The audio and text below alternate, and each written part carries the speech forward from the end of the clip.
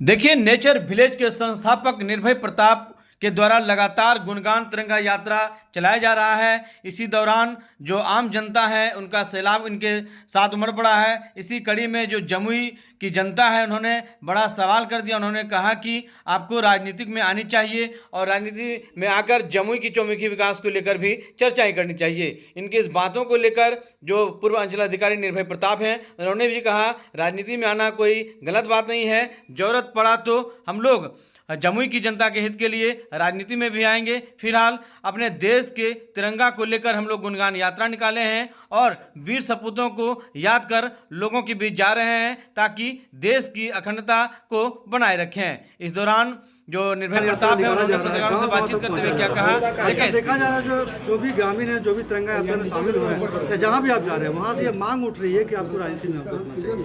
क्या कहेंगे? राजनीति खराब विषय नहीं है। ऐसे अयोग्य लोग, अकर्मठ लोग जिनके पास ना कोई विजन है ना कोई उनका कर्मठता रहा है, ऐसे लोग जब राजनीति में आते हैं तो राजनीति का सत्यानाश हो जाता है और राजनीति बदनाम हो जाती है। क्योंकि ऐसे लोग अपने और अपने परिवार के ताकत को केवल बढ़ाते हैं, करप्शन का भागीदारी बनते हैं और लोगों में उनके पास विजन नहीं होता। हरदम उनको ये सताते रहता है डर कि अगर लोगों के बीच में जाएंगे, अगर वो पब्लिक के बीच में हमको समझा दिए कि ऐसे नहीं ऐसे चलिए विधायक जी, तो वैसे लोग पब्लिक के बीच में जाते ही नहीं हैं। तो ये सबसे बड़ी इस लोकतंत्र की समस्या है। जो कुछ ऐसे राजनीति बहुत लोग ऐसा चाहते हैं कि उनके पापा जी, उनके मम्मी जी, उनके बाद वो, उसके बाद उनके बाल बच्चे ही राजनीति करें। अगर यही समस्या लोकतंत्र में ब्यूरोक्रेसी के ऊपर हो जाए कि ब्यूरोक्रेट्स के बेटा ब्यूरोक्रेट्स बने और शिक्षक के बेटा शिक्षक बने, तो ये आम जो जनता है, 70% जनसंख्या जो देश के गाँव का है, उनके बच्चे क्या करेंगे?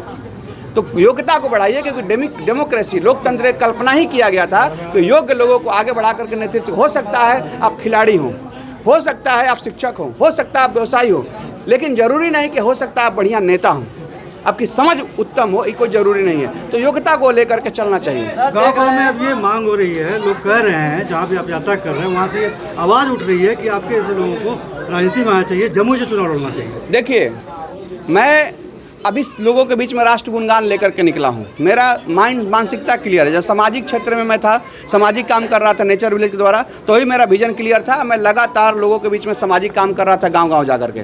जब मैं अभी राष्ट्र गुणगान यात्रा को लेकर निकला तो मेरा विजन क्लियर है कि जो हमारे देश के स्वतंत्रता सेनानी है, क्रांतिकारी सूरवीर हैं, उनके सूरमा की कहानी को बताएं, आज के जनरेशन को उनसे कनेक्ट करें। जिस दिन राजनीति में उतरेंगे तो बहुत दायित्व के साथ, पूरी ताकत के साथ उतरेंगे, क्योंकि कोई भी काम हम अपना 100% देने में विश्वास रखते हैं और मुझे सफलता जरूर मिलती है। तो जब भी उतरूंगा मैं ये निर्णय लूंगा तो पूरी ताकत के साथ उतरूंगा और आप देखेंगे कि मैं बेहतर काम करके दिखाऊंगा। क्या माना जाए कि अगर राजनीतिक में आएंगे तो विकास का पहला मुद्दा क्या होगा? सबसे पहले शिक्षा को मजबूत करना जरूरी है। हमारे देश के जो लोग सोच रहे हैं कि इंफ्रास्ट्रक्चर बना देने से, विद्यालय बना देने से शिक्षा बच्चों तक पहुँच जाएगी, तो ऐसा ना हुआ है ना होगा।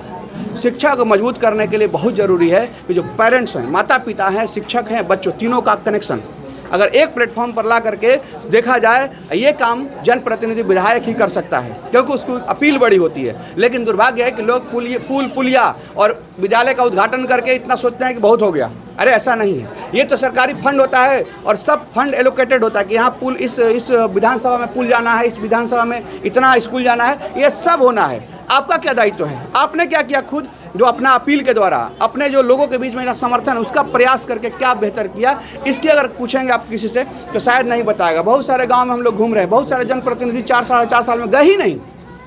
उस गांव के रोड की क्या स्थिति है कभी सुने ही नहीं। आप सब रोड नहीं बना सकते हैं, कम से कम उनके साथ बैठ करके योजना बना सकते हैं, क्या किया जाए, कैसे किया जाए, कहाँ का ज़्यादा ज़रूरत है, ये बात देख सकते हैं। लेकिन बहुत सारे ऐसे लोग होते हैं फ्लाइंग मोड में रहते हैं, वो समझ ही नहीं पाते हैं, ना लोगों के बीच में उतर पाते हैं। ये दुर्भाग्य है इस लोकतंत्र का।